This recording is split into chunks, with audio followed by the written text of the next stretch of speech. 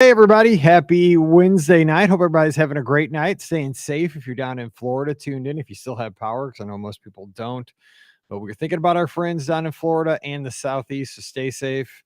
Mhm. Hang in there. If you need anything, please do let us know. But we're praying for you. We're thinking of you, so stay safe. We're going to record a show for this Monday. Karen's joining us from up in Maine, and we're going to talk about her trip to Walt Disney World. 3 generations. I love these kind of trips.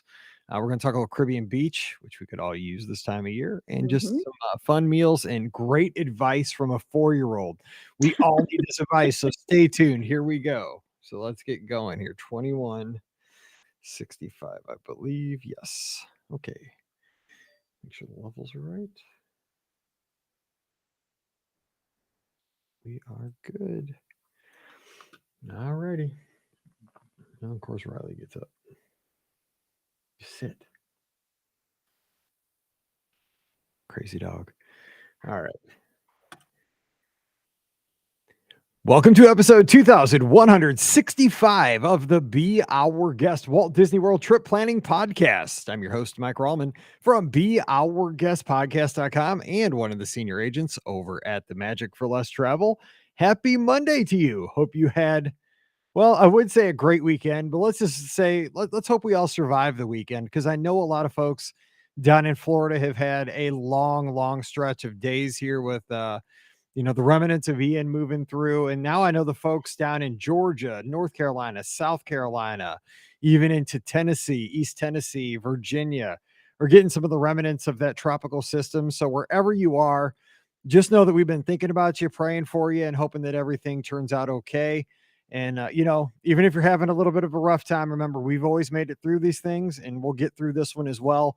But if you need anything, please let us know. But know you have a friend here, and you got lots of friends out in our podcast community thinking of you. And, we're going to make it through this one, but we're going to try to do that with some fun Disney talk, so that no matter what you're doing today, hopefully we can brighten your spirits and take you back to your favorite place. And we're going to do that by heading up to Maine, up in the Northeast. I've never been there. My grandparents always went up there and always brought me back grape jelly, which was the best grape jelly in the world. Mm. They would drive up there when the leaves changed every fall. They do it every 2 or 3 years. They drive to Nova Scotia.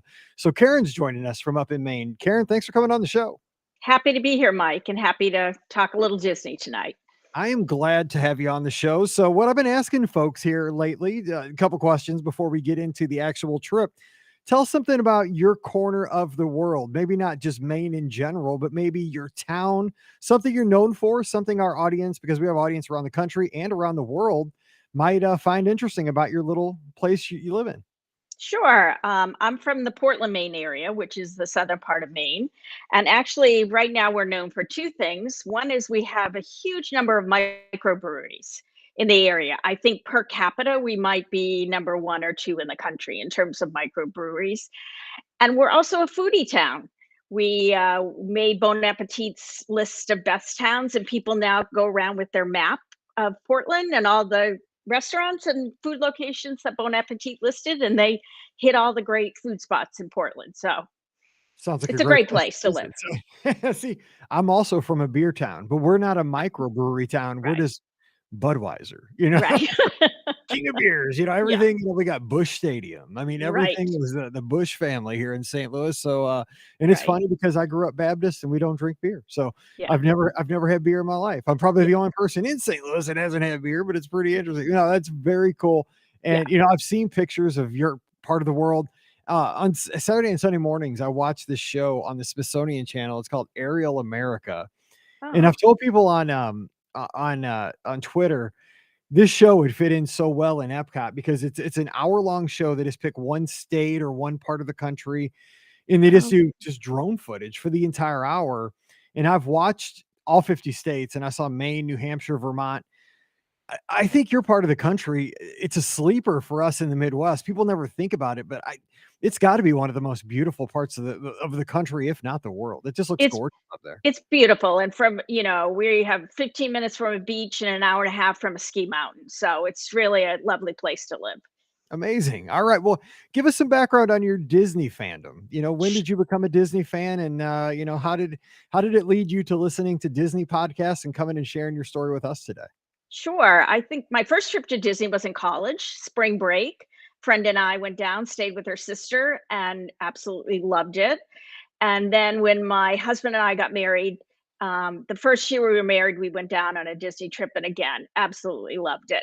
And then didn't go for a long time. And we are both teachers, and my kids were 6 and 2, and we were, sitting in the middle of the winter saying, "What are we going to do April vacation?" And we decided to go to Disney, and then we started going yearly for quite a while. And the kids, they loved it. They were easy travelers, and that was dangerous for us. So, I know.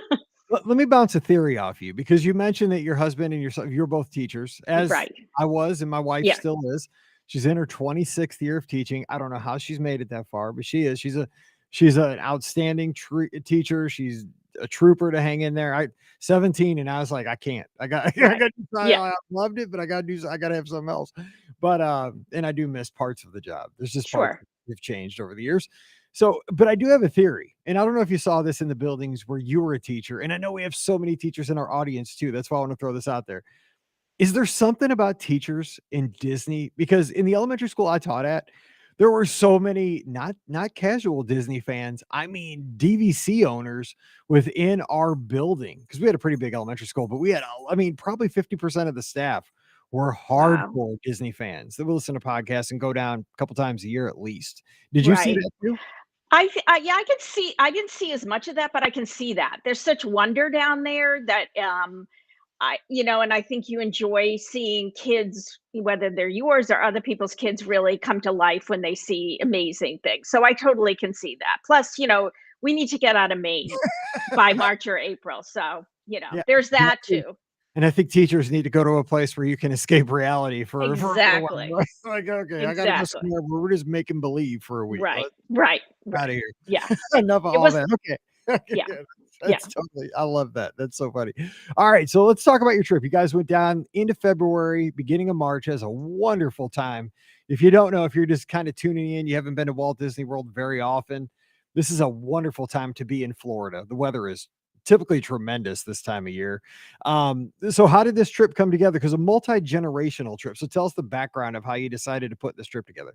Well, we actually were in Disney right before COVID hit in 2020 in February. We stayed off site, and and we watched all that unfold on TV. We were like, I wonder what's going to happen. And then we came home, and boom, the world shut down. So of course, between then and this trip, that's when I got hooked on your podcast. We were watching podcasts and sort of putting together our next plan because we were going stir crazy. So we decided for sure we at least wanted to spend most of it on site because I was doing the driving back and forth, and I was not thrilled with that activity. So we definitely wanted to stay on site, and we really wanted to try the Skyliner. And so that's why we settled on Caribbean Beach, and you were, helped us make that happen. And we decided to spend most of our time on site and a few days off site so that we could explore some resorts, without feeling like we had to be at the park to do that. Good idea. So let me. This always intrigues me the most. So, with all the hotels on property, I mean, you have your deluxe, you have your Right. moderates, you have your values, but within those categories, really, there's not a lot of difference in the category other than the aesthetics, the theme. Right. Because the room sizes are similar, the food courts are typically similar. Now, you did mention the Skyliner, which I think is probably what will draw you to Caribbean Beach because it's not only on the Skyliner, but it's the hub of the Skyliner. Right. It keeps you away from that one extra jump for Art of Animation and Pop Century. But was that the reason you guys picked Caribbean Beach? Was it the vibe? Was it what was it? Well, we had stayed there years and years ago and loved it. But it was the Skyliner and the proximity to the Riviera. Those were the two things that really, because it opened a lot of food options to us. Plus, we could take the Skyliner over to the boardwalk area, and that opened a lot of food options as well. So, all of that, there were some people in the group that were pushing for Coronado, but in the end, Caribbean Beach won. If Coronado ever gets a Skyliner, I'm telling you what, Watch out. it's a Yeah, deluxe resort at that point. I'm just absolutely. because Yeah. that's the one thing. Because I love Coronado. I like Caribbean Beach. I have no problem with Caribbean Beach, but man, if Coronado just feels so plush if it had the Skyliner, game I changer. agree. I agree. They need to Yeah. make that happen. Okay, so Tell us about the group that traveled with you, though. I mentioned a multi-generational trip. Who was down there with you? And also with the planning, how do you get everybody involved in making sure everybody's needs are going to be met so that everybody has a great trip when you get there? Good question. So my husband and I, we're the grandparents. My daughter and her husband and the 4-year-old came along, and my son and his partner came along as well. And we did a Google spreadsheet where we just asked everybody to put down the 2 or 3 things they really wanted to do on the trip. And we had a couple of Zoom meetings to kind of juggle those interests. And also, we didn't try to do every single thing together all the time. Like the 4-year-old needed a break every day at the pool, and so did the grandparents, quite frankly. And some other people stayed in the park and put in the 12, 13-hour days. So, yeah, it was a little bit, of work ahead of time, but really it was so smooth once we got there. And we did have great weather. It's a lovely time of year to go. I love to hear that though, because when you put that out there, because thousands of folks are going to hear this podcast, and everybody's at different states of planning. Some people it's just blue sky; they don't know when they're going back, but when they do, they'll think, oh, Google Sheets is a free service that everybody with a Gmail account has access to, Yeah, and it's you can it's collaborative, so everybody can be on at the same time, modifying things, adding right. stuff like that, and Zoom. Now everybody knows how to use it because of COVID and the shutdowns and so forth. So that's a great way to collaborate because it's so funny. We've been doing the show; it'll be 15 years in March, and when we started doing this podcast, literally none of these tools were Right. around. It was phone calls that people would Yeah. have, like conference calls, and that was very rough to get everybody all together to get the needs met. And I think, I mean, maybe you could speak to this real quick, and then we'll kind of get into the trip itself. But I think if you do a little pre-planning with everybody involved, even though, I'm not one that would really want to be super involved. I just want to be like, if you know what you're doing, I trust you. We're gonna have a good Right. trip. I'm very laid back. If somebody knows more than I do with a destination or some topic, I trust people very much. But at least I feel like if somebody's asked and I have access to the Google Sheet or the Google Docs or whatever you're putting together, I feel like I'm gonna have a better experience because I have had the opportunity to have some input and, than to just not have anything at all. So at least you were asking everybody and getting everybody engaged so that they Yeah. were ready to go when you got there. Yeah, and I think honestly, that fact that we had to make the park reservations ahead of time in some way helped because we kind of agreed on that. And then we could kind of fill in, we kind of thought once a day we would have a sit down meal. And then we put our rides that we all thought we really wanted to do. But again, we had to obviously show a little flexibility depending on what was going on. And we did rely on G Plus and Lightning Lanes. With a 4-year-old, it was well worth the money for sure. Okay, then that's great. That's great because everybody's gonna be at a different place with Genie Plus, and with a 4-year-old, I can see it. And I think Genie Plus is a great buy for folks that aren't gonna be there very often. Like if it's a once a year trip, Genie Plus makes a whole lot of sense. If it's somebody that's gonna be there once every 5 years, Right. it makes exponentially more sense to use it. Exactly. Somebody like me, I still have not used it at Walt Disney World, but it's because I go down for all these race weekends, and I'm down there. I'm not gonna ride many rides because I'm there to run the races. I'm there weird hours. I just wanna go into the parks, eat, ride the People Mover, Buzz Lightyear, go up in the Right. treehouse and the tiki birds, and I'm good to go. I don't need Right. to do anything big, maybe pirates.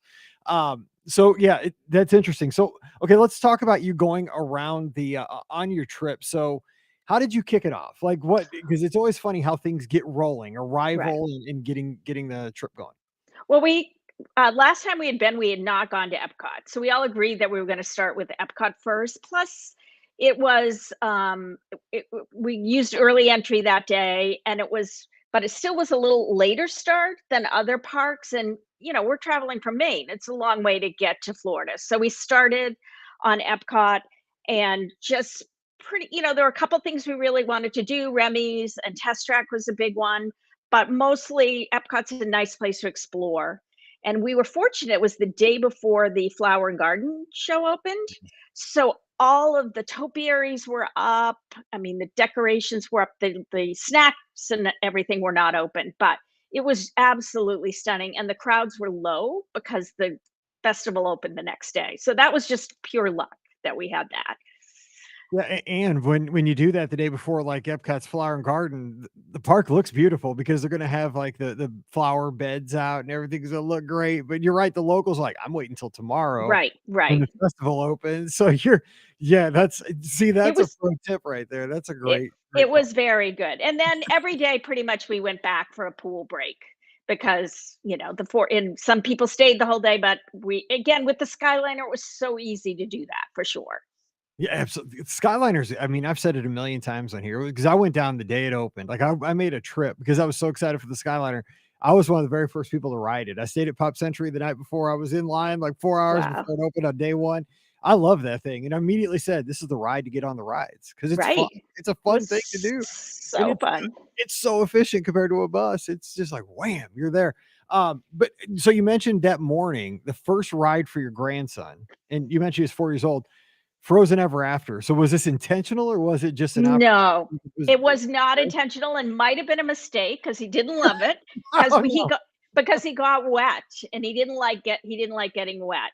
Um, but he was fine. He wasn't a disaster. And then we took him to Little Mermaid, the the sea ride, and he was all good after that. And loved the aquarium, loved looking at all the fish in the aquarium. So no, that was not intentional, but it was just there was no line, and we were all like, "Oh, we should go to Frozen Ever After right now," and not the best choice. But again, we did watch a lot of videos to get him prepared for some of the rides, and we didn't take him on anything big, but like Peter Pan and some things like that. We showed it ahead of time so he knew what was happening.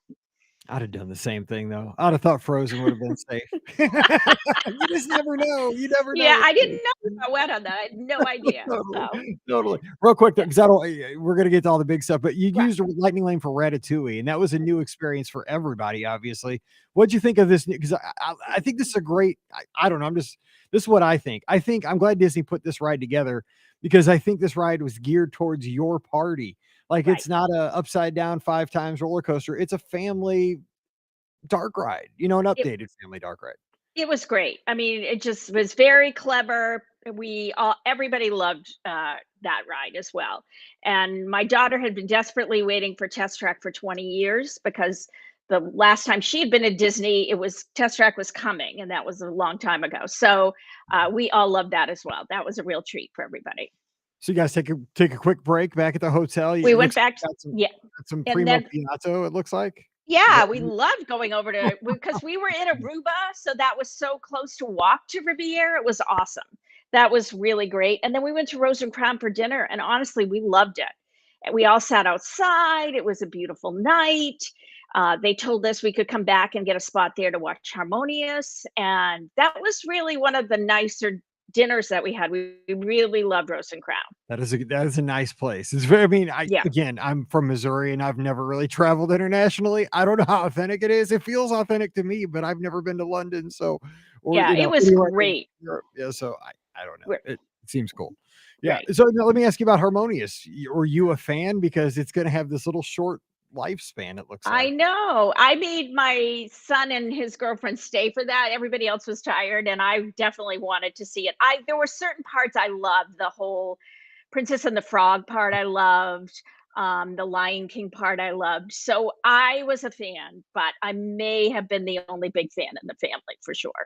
Were you an Illuminations fan? Did you like I Illuminations? loved Ah, Illuminations. there we Yeah. go. I gotta give you the bell on that one. Yeah. There you go. Okay, Yes. good. Just making sure.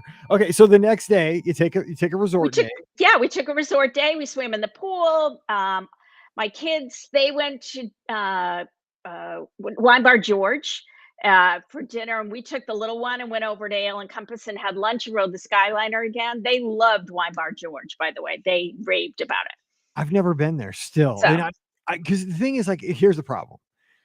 Again, Mike in the Midwest, Mike, the plain old Mike here in St. Louis that eats burgers. I eat more than my rest of my family. I eat seafood.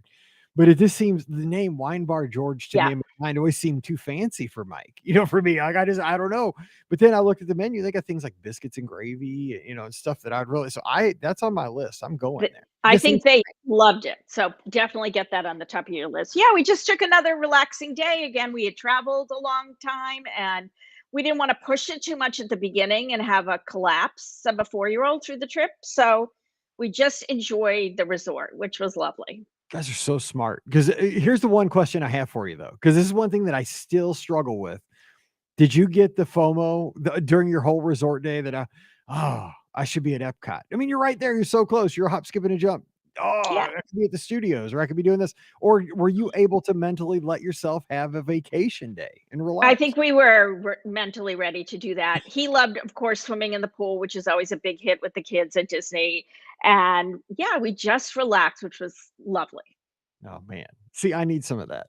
Because I'm finally getting there after about 20 years of going to Walt Disney World. Because I'm always like, but people are coming back with balloons and stuff Yeah. from what's going, and then I get to the Magic Kingdom and it's 112 degrees in July. I'm like, I'd much Yeah. rather be at the pool. What am I Right. doing? It's too Right. hot. Yeah, Right. exactly. Right. All right. So now the next day, you guys head over to the Magic Kingdom. Right. And I got to tell you, because you put this in the notes and you gave me some great notes, but you have a quote from your grandson, which when I went through your notes, it just, I mean, seriously, my heart filled because this is what I want every guest to feel on their Disney vacation. And this came from a 4-year-old's mouth. And I think Right. sometimes the most pure thoughts come from the little guys and little gals. So tell us what your grandson said. Yeah, I think he was so excited. So when we got into Main Street, he turned to all of us and said, I'm feeling Magic Kingdom happy. It's And so we were good. like, "Oh my god, this is so great." I mean, this is so because a lot of the planning, we all had a great time, but we did do some planning around him and, his experience. So yes, he was tickled pink and he used that phrase several more times during the day. And of course, Magic Kingdom is definitely geared to his age group. And, but I think it was good to do Epcot first. It gave him a feel for the whole park experience, but this was his jam, that's for sure. So walk us through that day. How did it go? Like, what kind of things did you all enjoy? Did he enjoy anything surprise you about that day? Well, we did early entry, so that was helpful, and we walked on. He loved Small World, of course. That was a huge hit. And then he wanted to do the steamboat for some reason. So I took him on the steamboat while other people went on Big Thunder and did some sort of bigger rides. And then we did a Genie Plus for Peter Pan because that was another one that we had watched at home and he really wanted to do that. And that line had been crazy as we were watching it online. Um, and then we did Dumbo, of course. And then for lunch, we went over to the Grand Floridian Cafe and had lunch there. And again, it just cools you off, it takes you off Yes. there, but it's not that far, you It know? isn't. It isn't. And everybody, I mean, even the little guys, the middle-aged folks like myself, everybody, it just does everybody good. Like you just said, you just need to get out of the stimulation of the Right. Magic Kingdom. I mean, because we're both educators, former educators, and the thing is, overstimulation, just smells and sights and sounds. Your brain just needs a break. And to It, sit down at a place like the Grand Floridian and have somebody bring the food to you in nice, cool air conditioning, it it was just gives awesome. you a mental reset. It makes the rest of Exactly. the day so much better. And then we could go back and we went back on Dumbo and some people wanted to do Snow White, so we did lightning lanes for that. We did Buzz Lightyear. And then he was about, 4 or 5 o'clock. His father took him back to the hotel. He was done. And the rest of us stayed that night. And one of the big highlights was we were on Big Thunder when the fireworks went off, and that was just awesome. It was so cool too. Plus, the park is so different at night. It's just Yeah. really a special place at night. So that was just a great day. It was It a does. Magic Kingdom great day for everybody. Yes, and we left out another quote by your grandson during this day, which we gotta put in there because I just when things are here, we just can't leave them. So when you went to the Right. Grand Floridian Cafe, he was restaurant happy, which I like to hear Yeah. because He was right. He was when restaurant happy, and then when we had Mickey waffles, he was Mickey waffle happy. So yes, see he that had his phrase for the trip, that's for sure. he And needs it was shirts. mostly spoken at Magic Kingdom. So He needs some merchandise, I think. right, right, right, right. I like it. Next I like time we it. go, those might be our T-shirts. Hey, Disney might have to talk to him because I think Right. those things would be flying out of the Emporium. I'm just saying. Exactly. Up to the Exactly. Okay, so the next day, it looks like you did a split there between Animal Kingdom and Hollywood Studios. So, Right. talk to us about that day. Well, he loves the safari. and animals and all of that. So we started with the safari. We the Some of the adults paid for a flight of passage. I had done it before, so I stayed with him while they went on there, which of course was a huge hit. We did kite tails, which I know is no longer existing or maybe being phased out. It was okay. It was, execution was a little tricky. I think the idea is great. The execution got a little tricky with the wind and things like that. Yeah, Um, I'm serious, but after the hurricane this past week, those kites may be who right. knows You're in right. Jacksonville. You are so right. So we did a lot of hanging around, just walking around the different locations. Again, we did a trip back to the hotel and then went over to Hollywood Studios for Mickey's Runaway Railway. And some people did Rise of the Resistance. Some people did Oga's Cantina as well, and we love hanging out at the Baseline Tap House. It's just so great for people watching. It's just a great place to sit and relax and chat with other people who are at Hollywood Studios and share some stories with them as well. So that's a big hit for everybody, for It is sure. because and the funny thing is back when you had to used to get those groups to get into Rise of the Resistance, you'd have to Right, wait out, you're almost up, you get watch the app, watch the droid, the line, would progress through the day and almost be your turn to get in. It was almost like the holding pin there at Baseline Tap House until right. your group got called. But now it's just a place you go to relax. And then if I go there with Scott or friends, we always play Name That Tune because they play those really mellow jazz versions of really pop songs. So I'm Ooh, like, this is a I'm really like current song, but it's a real jazzy version of it. So it's I'm gonna add that to my list yeah, you for have to next check it time. out. Yeah, I mean, it's like it's something like Mallory would listen to, but it's a yeah. really mellow elevator music version of it. I'm Right, like, right, that's so right. weird. So, yeah, that sounds like a really good date. And again, taking advantage of the Skyliner to get over to the studio. Totally. I So like easy. So easy. so now after this, though, it looks like you guys moved over to your vacation rental. So how did that work Right. out? Yeah, it was great, and we used the Disney Car Center, and that was awesome. They came right to Caribbean Beach and picked me up. I went over with my daughter to get the car. Was super impressed with the way they had organized the car seats in terms of picking a car seat that was appropriate for him to ride in. So we were very happy with the service there, and then took it right over to our vacation rental. And our next sort of strategy was we were going to go see some resorts and try some other restaurants that we might not do if we were staying on property. So Cool. that's what we focused on for the next few days. Awesome. And hey, you could go down there and not go to the theme parks and still have a great time. Right. We did that for 3 days. One when Mallory was a little thing, we went down for spring break. We did a cruise, but we didn't have passes. And the cruise Right. was out of Miami, so we just stayed a couple nights at Art of Animation and just went to we played putt putt. We went around and Yes. just, visited the hotels, and there was no pressure because we didn't have to worry about rushing anywhere because you didn't have to be like there was no park opening. It just like Exactly. it was great. It was Yeah. wonderful, really. We Okay, loved it. so you guys did brunch at Chef Mickey's over at the Contemporary. Yes, Sounds we like that did that. was it a hit? That some people are hot and cold on that one. What'd you think? We tried to get Topolino's. It was the one ADR we couldn't get. He loved it, and there certainly was plenty of food for everybody, and we liked exploring the Contemporary. We had never done that before, so just walking around there, out to the pool area, we took some photos out there. They have a nice photo spot, in front of the lake. So it was definitely a fun morning for all of us, and, yeah, and then the next day we headed to Wilderness Lodge Geyser Point, which I have always wanted to go to. So that was great. Loved Very it. real quick though about the Contemporary. Did you guys get your picture at that like steel sculpture? Yes, yes. That's We one of the s- things I just wanted to throw out there before we jumped over to Geyser Point, which I love, is that it's one of the hidden things at Walt Disney World that if you're on a multi-generational trip, and this is something you can get to rather easily. You could just take a boat from the Magic Kingdom, the monorail. You can even walk over. I don't think you can take a boat. I guess you could take a boat, but take the monorail or walk over to the Contemporary. In the back of the Contemporary, just walk back like you're going to the pool. There's a steel.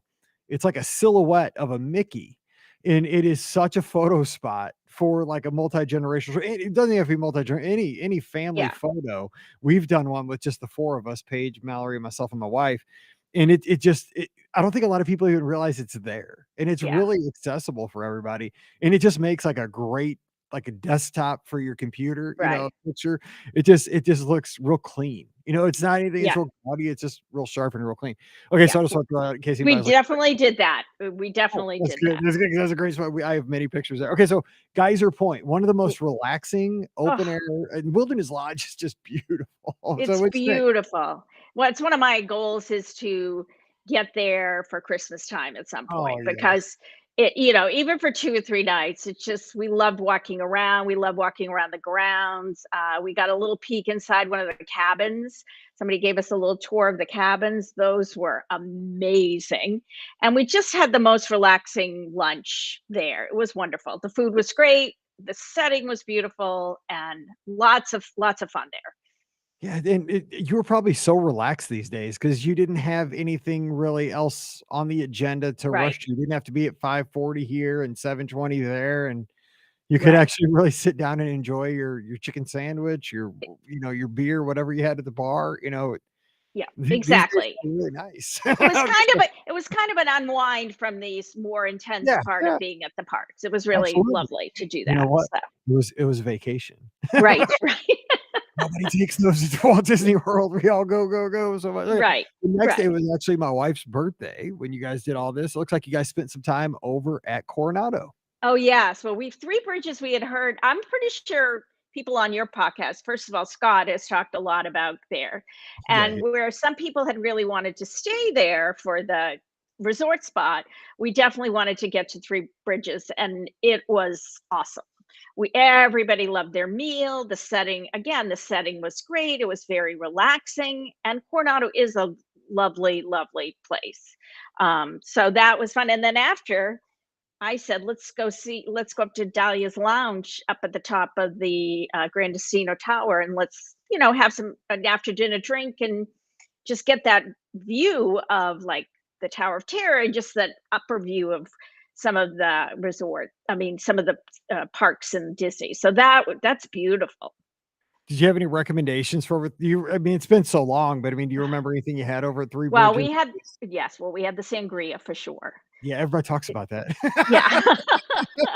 Because they do And we Sangria University over at, with for Right, groups and at, Three Bridges. we wished we'd had the flight. We should have ordered the sangria flight because we saw that coming to another table, and we were like, "Ooh, we made a mistake there," but it was too late. We couldn't add that on top of it, but, yeah, everybody had a great meal, and, again, with the water around you and, just the scenery there, it was really lived up to expectations for sure.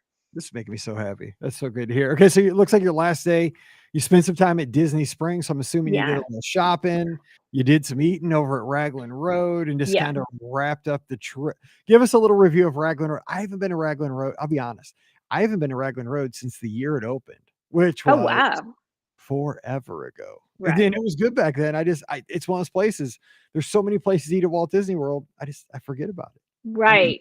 care. Yeah. We didn't see I think they sometimes have dancers, right? Irish Well, step yeah, dancers? when I was there, it was, like, right after it opened, and I was like they were dancing all the time because that was, like, Right. their thing. Yeah, they were up on the bar, and Yeah, we it didn't was see any of that, but we did have a great meal, and, of course, we were in World of Disney and the Lego shop and the Christmas stores and just trying to grab all the things that we wanted to bring back.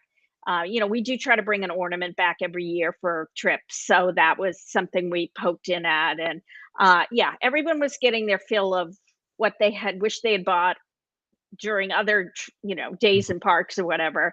And Disney Spring is topping. It's a great place to go, and that's another place you can spend a day without going into a park at all. So easily, probably more than a day. That's what my wife said because after going to Disneyland, they have Downtown Disney, which is very, very nice, but it's very compact compared to Disney Springs, right, where it's now so spread out, but, yeah, you're exactly right. There's a lot to do there. it's So great. as we wrap this up, it's super interesting trip to talk about because you stayed at Caribbean Beach, you stayed in the vacation rental. You kind of went pretty hard at the beginning, but you had that down day in the middle Right, to catch your breath and let everybody's feet recover and kind of get a mental break.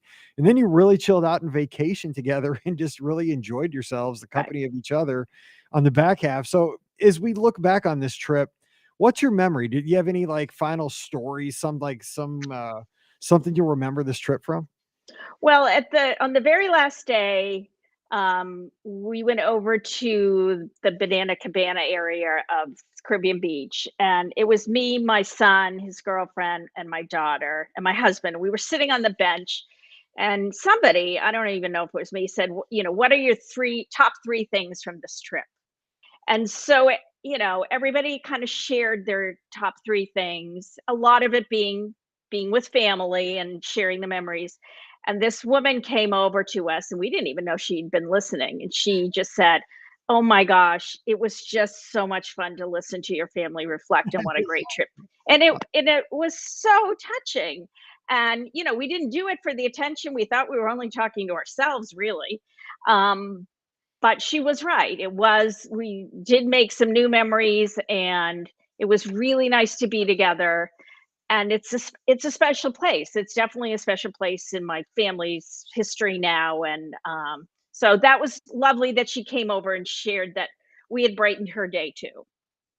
Well, Karen, hey, you just brightened our day by coming on the show today, sharing this trip with us, and your grandson laying down some serious knowledge for all of us to remember. The good things. It just boils down to, Yes. let's have a Magic Kingdom day. It's a Chef Mickey, it's a Mickey Waffle day. I mean, they can't all be, we can't all have Magic Kingdom days, but we can all hope for a Magic Kingdom day. But it just makes me happy because Yeah. when families, especially multi-generational trips, come together, you just don't get to spend that much time together in Right. the real world. And you get to escape to a place like Walt Disney World, make those memories, enjoy each other's company.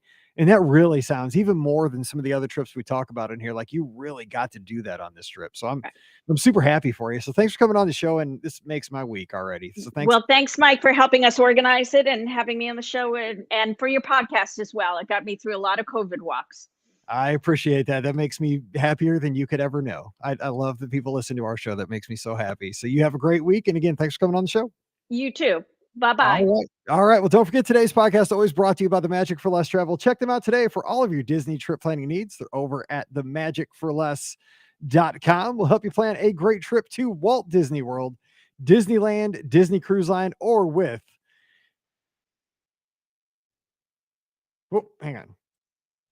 Karen, I can cut you loose. I can do the rest here at the end Okay, because I know great. that you're in a rush. I didn't know if you, Thank yes, I'll you. let you. I didn't want to make you sit through the ad. Okay, Okay, thanks. thanks. I appreciate you. You take care because I know you got to run. Bye Okay, bye. bye bye.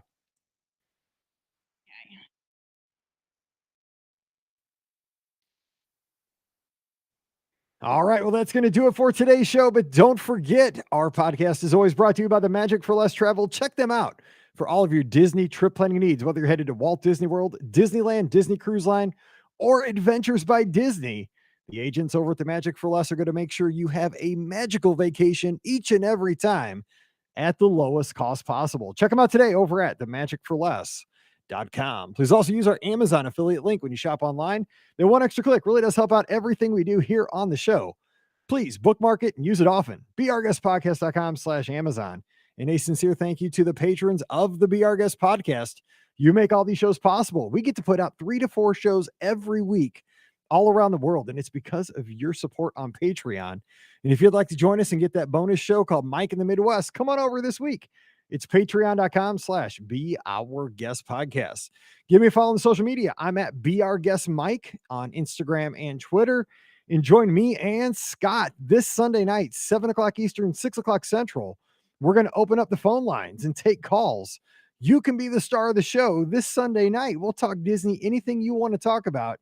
It's up to you. So join us, YouTube and Facebook, this Sunday night, 7 o'clock Eastern, 6 o'clock Central. It's you, me, and Scotty G. So until we get back together again on Wednesday for more of your listener questions, for Karen, I'm Mike, wishing you a great Monday. Stay safe, stay healthy, and we'll see you real soon. All right.